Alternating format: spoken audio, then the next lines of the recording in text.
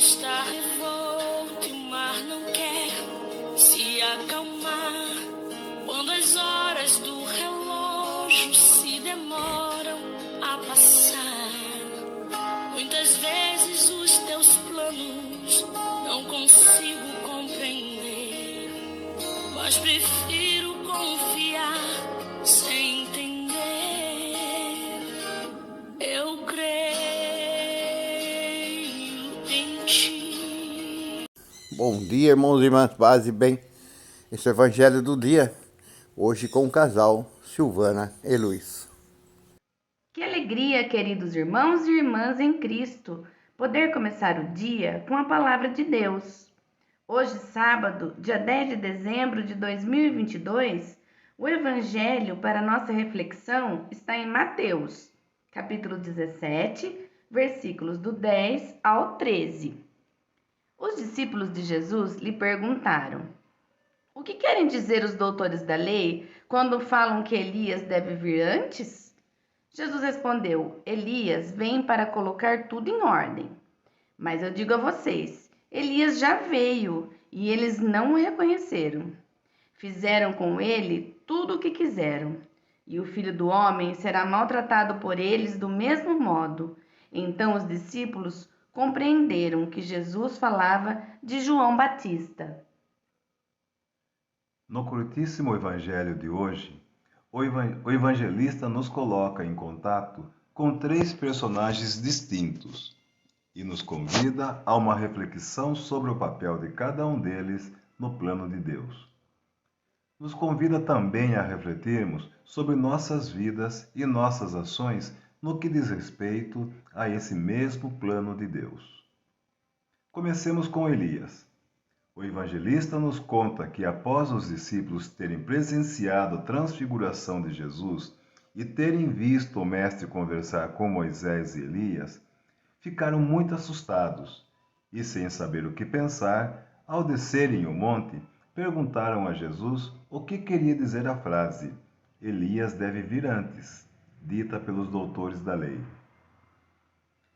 Antes de refletirmos sobre a resposta de Jesus aos discípulos, veremos brevemente quem foi Elias. Conforme a primeira leitura de hoje, no livro do Eclesiástico, ele foi um profeta que surgiu como um fogo e sua palavra queimou como tocha. Foi o designado para, nos tempos futuros, reconduzir o coração do pai ao filho e restabelecer as tribos de Jacó. E assim Elias se tornou famoso com seus prodígios. O Eclesiástico diz ainda que Elias ungiu profetas para lhe sucederem. Nos parece que, para responder aos discípulos, o mestre faz uma crítica aos doutores da lei, quando diz que Elias vem para colocar tudo em ordem, mas que Elias já veio e eles não o reconheceram. Nesse ponto, o evangelista nos apresenta outro personagem, João Batista, e ele é a materialização de Elias, o último entre todos os profetas que anunciaram a vinda de Jesus. Ora, os doutores da lei esperavam a vinda de Elias e não queriam perceber ou não queriam aceitar que João Batista era aquele que vinha com a missão de preparar para o Senhor um povo bem disposto e convertido. João pedia que os judeus se arrependessem de seus pecados, que aplainassem, endireitassem os caminhos.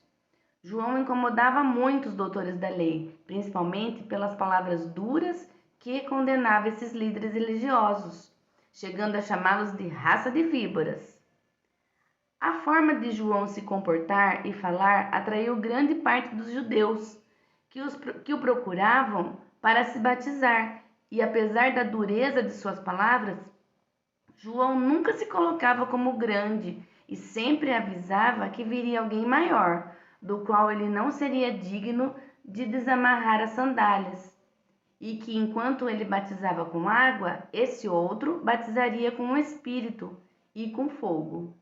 Além dos judeus que vinham até João e se convertiam, outros, como os doutores da lei, os fariseus e pessoas que se relacionavam com a realeza, tinham muito medo e raiva das palavras de João Batista, pois esse nunca teve medo de apontar os pecadores e seus pecados, pedindo que também mudassem de vida com um arrependimento sincero e, por isso, tramaram sua morte. O outro personagem é o próprio Jesus Cristo, que com a conversa que teve com seus discípulos, também está a indicar que ele, o Filho do Homem, será maltratado por eles do mesmo jeito que João Batista. Ora, Jesus sempre se colocou como o Filho do Homem, o Filho do Deus vivo, e isso causava divisões e dúvidas entre os judeus daquela época. E aos olhos dos doutores da lei, Jesus não passava de um blasfemo, que tinha que ser desmascarado. Para os doutores da lei, Jesus era motivo de escândalo, e ele não podia ser o filho sobre o qual as Escrituras diziam, pois, segundo esses mesmos doutores, Elias deveria vir antes do Messias. Eles se apegavam aos ensinamentos e à lei, e assim negavam e procuravam evidências para provar que Jesus era mentiroso.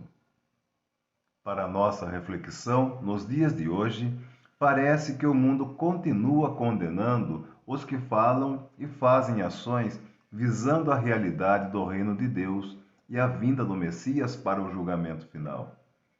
Parece que a verdade está perdendo espaço em meio a tantas mentiras, fake news, que a cada dia vemos com mais constância, que parecem estar se normalizando entre nós. E pior, quanto dos nossos irmãos estão se prestando a disseminar e compartilhar as notícias falsas com os propósitos mesquinhos e egoístas, agindo contra Deus, contra a Igreja e prejudicando o povo de Deus. É de se perguntar quem realmente matou João Batista e quem matou Jesus Cristo.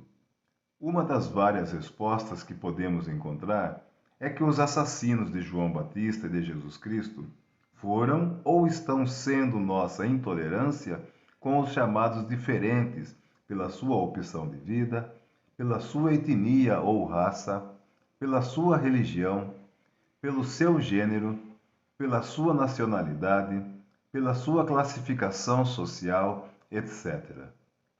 E pensar que o tempo que nós cristãos católicos estamos vivendo hoje é o advento, que significa a espera pela chegada do Messias? A chegada do Messias é muito mais que a chegada do Natal. Deve ser mais do que a data que se comemora o nascimento de Jesus, com festas, trocas de presentes e idas às missas. O tempo do advento, assim como o Natal, devem ser celebrados como um período de reflexão, de conversão e de aceitação aos nossos irmãos que estão sofrendo o ano todo, e não só nas vésperas do Natal, onde, com o espírito fraternal, nos dispomos a distribuir presentes, cestas básicas, brinquedos, roupas e afins. Vejam, não estamos criticando quem se presta a tais gestos. São importantes e bem-vindos.